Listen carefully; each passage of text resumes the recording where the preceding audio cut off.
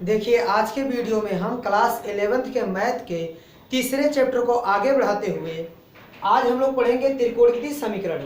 तो त्रिकोणमितीय समीकरण क्या होते हैं? देखिए त्रिकोणमितीय समीकरण क्या होता है?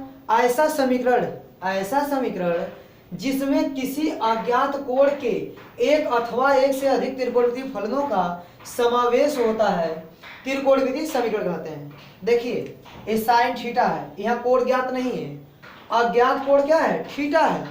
अज्ञात कोण के त्रिकोणमितीय फलन, ये साइन थीटा क्या है? एक फलन है जिसका कोण क्या है? ज्ञात नहीं है। तो अज्ञात कोण के त्रिकोणमितीय फलनों का क्या है? समावेश है। तो देखिए यह अज्ञात कोण का एक त्रिकोणमितीय फलन है, क्या है? Sine theta. और यहाँ पर अज्ञात कोण का दो त्रिकोणमितीय फलन है, ठीक है, एक tan स्क्वायर थीटा, एक क्या है? cot square theta.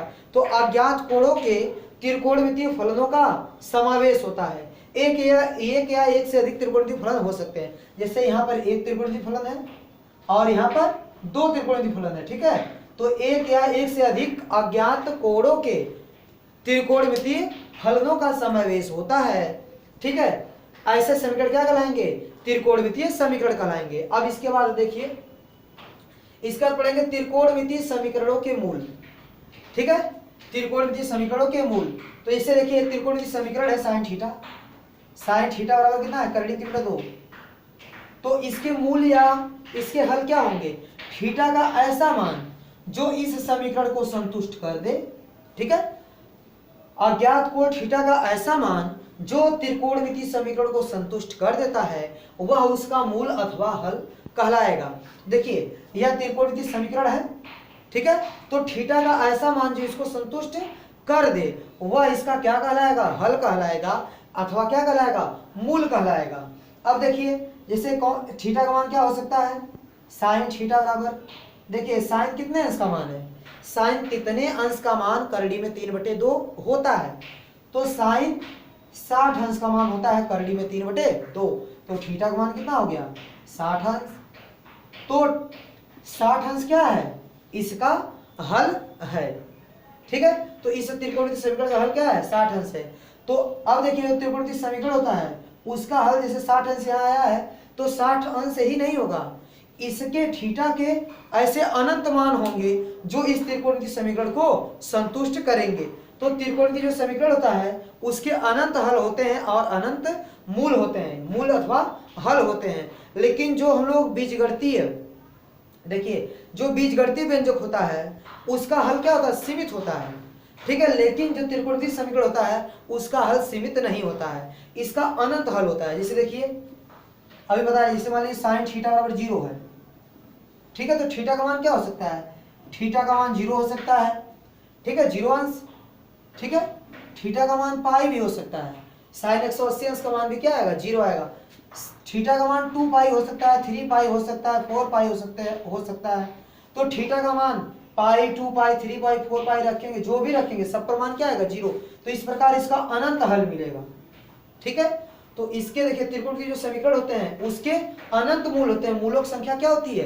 अनंत होती है, ठीक है। लेकिन जो बीजगणितीय सर्वसंख्याएं हैं उनका हल क्या होता है? सीमित होता है। जैसे मान लीजिए x + 2 = 4 लिखा गया है, तो x का मान कितना होगा? जो अज्ञात राशि x है उसका मान कितना होगा? x = 4 - 2, यानी x का मान कितना आ गया? 2, ठीक है।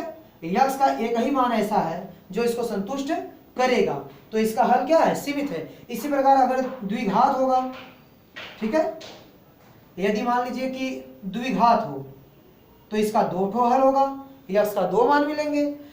अब देखिए लेकिन जो त्रिकोणमितीय समीकरण होता है उसका क्या होता है? अनंत हल मिलता है, ठीक है।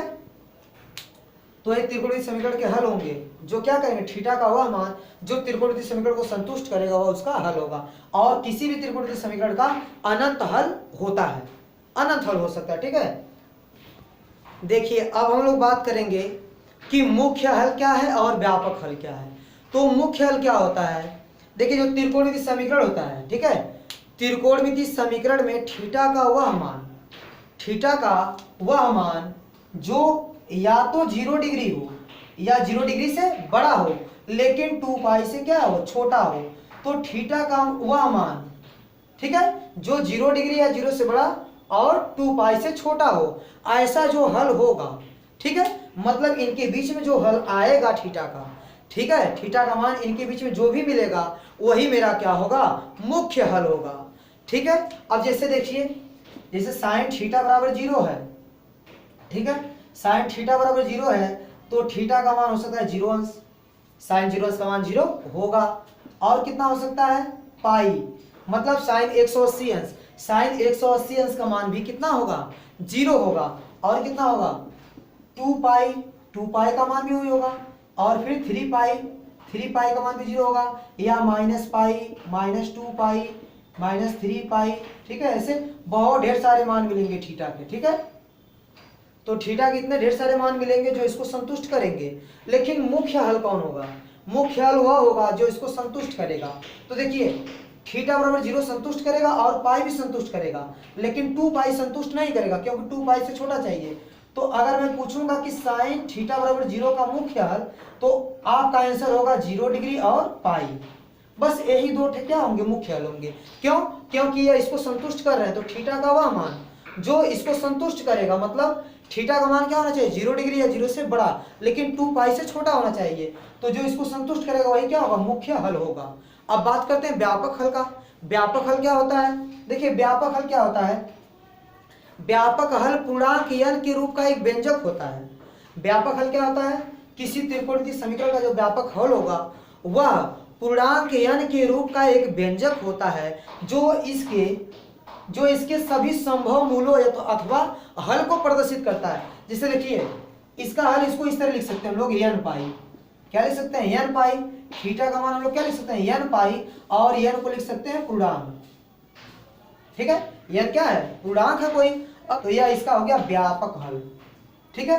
ये सभी हल को प्रदर्शित करेगा। जैसे आप पूर्णांक का मान रखिए, जैसे यहाँ 0 रख दीजिए, पूर्णांक का मान 0 रख सकते हैं, तो थीटा का मान 0 आ जाएगा, ठीक है। थीटा का मान कितना आ जाएगा, 0 आ जाएगा। और n का मान 1 रखेंगे तो मिल जाएगा पाई, और 2 रखेंगे तो मिल जाएगा 2 पाई। अगर n का मान 3 रखेंगे तो मिल जाएगा 3 पाई, और n का मान -1 रखेंगे तो -पाई मिल जाएगा, -2 रखेंगे तो -2 पाई मिल जाएगा। यानी सभी हलों को यह बता रहा है, सभी संभव है जितने उसको यह व्यक्त कर रहा है। यह व्यापक हल है, यह क्या है, व्यापक हल है। और यह क्या है, मुख्य हल है। मुख्य हल होगा तो इसको संतुष्ट करेगा, तो ये मुख्य हल और व्यापक हल है, ठीक है। तो अब इसके बाद कुछ सूत्र हैं जिसका हम लोग डिस्कस करेंगे। अब देखिए, त्रिकोणमितीय समीकरण के जो क्वेश्चन हैं उनको लगाने के लिए हमें कुछ सूत्रों की आवश्यकता पड़ेगी, ठीक है। तो उन सूत्रों को मैं यहाँ पर लिख देता हूँ, ठीक है, और उनका जो निगमन है वो आपको अगली वीडियो में मिलता जाएगा, ठीक है। तो 9 सूत्र हम लिख देते हैं इसमें जो ज़्यादा उपयोगी हैं इस चैप्टर के सवाल को लगाने के लिए। तो देखिए, इसमें पहला सूत्र है साइन थीटा बराबर 0। तो यदि साइन थीटा बराबर 0 होगा तो थीटा का मान n पाई आएगा, ठीक है। यह व्यापक हल है, ठीक है। जो मैं सूत्र लिख रहा हूँ वो सब क्या है, व्यापक हल है। तो साइन थीटा बराबर 0 तो थीटा का मान कितना होगा, n पाई है, जहाँ n क्या है, n पूर्णांक है, n क्या है, पूर्णांक है। और दूसरा सूत्र है cos थीटा बराबर 0। तो cos थीटा बराबर 0 है तो थीटा बराबर n pi plus pi by 2 होगा, ठीक है, जहां n क्या है, n एक पूर्णांक है। अच्छा, इसको ऐसे भी लिख सकते हैं हम लोग 2n + 1 और इंटू पाई बाई 2, ठीक है। इसको हल करेंगे तो इतना आएगा। तो आप थीटा बराबर n pi plus pi by 2 याद रख लीजिए, या फिर इतना भी याद कर सकते हैं, ठीक है। अब देखिए, अब जो तीसरा सूत्र है वह है tan थीटा बराबर 0।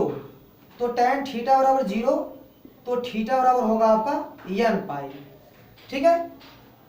तो tan थीटा बराबर 0 तो थीटा बराबर क्या होगा, थीटा बराबर होगा n पाई, जहां n क्या है, पूर्णांक है, ठीक है। तो आप अगर आप ऐसे याद कर देखिए 2n + 1 इंटू पाई बाई 2, ऐसे मत याद कीजिए, ऐसे याद कीजिए। देखिए, ये 0 वाला जो है साइन थीटा बराबर 0, कास थीटा बराबर 0, tan थीटा बराबर 0। देखिए 0 वाला फॉर्मूला कैसे याद करना है आपको, देखिए n पाई, फिर यहाँ पाई बाई 2 जोड़ देना, फिर पाई बाई 2 हटा देना है, ऐसे याद हो जाएगा। साइन थीटा बराबर 0, थीटा का मान n पाई, कास थीटा बराबर 0 तो n पाई, बस क्या करना है, पाई बाई 2 को जोड़ देना है, और फिर tan थीटा बराबर 0 तो पाई बाई 2 को हटा देना है, ठीक है। यानी n पाई लिखना है, फिर दूसरे वाले में पाई बाई 2 जोड़ देना है और तीसरे वाले में पाई बाई 2 हटा देना है। तो ऐसे आपको याद हो जाएगा, याद करने में आसानी होगी अगर ऐसे लिखते हैं तो। ठीक है, अब देखिए यह एक प्रकार का सूत्र हो गया जो बराबर 0 वाला है। ठीक है, अब देखिए 3 ऐसे सूत्र हैं जिनमें देखिए जैसे साइन थीटा बराबर साइन अल्फा है और कॉस थीटा बराबर कॉस अल्फा है और टैन थीटा बराबर टैन अल्फा है। ठीक है, इन तीनों सूत्रों को आप एक साथ याद रखेंगे। देखिए कैसे याद करेंगे इसको, तो साइन थीटा बराबर साइन अल्फा, तो थीटा बराबर आपका हो जाएगा n पाई प्लस -1 की पावर n इंटू अल्फा, जहां n क्या है, n पूर्णांक है, और दूसरा क्या हो जाएगा n पाई 2n पाई हो जाएगा। थीटा बराबर कितना हो जाएगा 2n pi plus minus alpha, और जहां n क्या है, n पूर्णांक है, और यहाँ कितना हो जाएगा, ये हो जाएगा आपका n पाई प्लस अल्फा, जहां n क्या है, पूर्णांक है। तो इन तीनों सूत्रों को आप एक साथ याद रखेंगे। और 3 सूत्र देखिए, 3 सूत्र ये भी याद रखेंगे। जो 7वां सूत्र है वह है आपका साइन स्क्वायर थीटा बराबर साइन स्क्वायर अल्फा और कॉस स्क्वायर थीटा बराबर कॉस स्क्वायर अल्फा और टैन स्क्वायर थीटा बराबर टैन स्क्वायर अल्फा। ठीक है, इन तीनों का एक ही सूत्र होता है।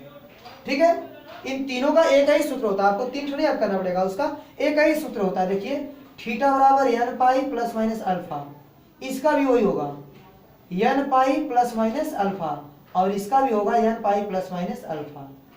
ठीक है, जहां n क्या है, n है पूर्णांक, जहां n एक पूर्णांक है। ठीक है, n क्या है, n है पूर्णांक। ठीक है, तो यह 9 सूत्र हैं। ठीक है, त्रिकोणमितीय समीकरण के सवाल को लगाने के लिए यह 9 सूत्र आपको याद रखना पड़ेगा। ठीक है, अब मैं इन सभी 9 सूत्र का निगमन मैं आपको अगली वीडियो में दे दूंगा। ठीक है, बारी बारी से सभी सूत्र का निगमन कर दिया जाएगा।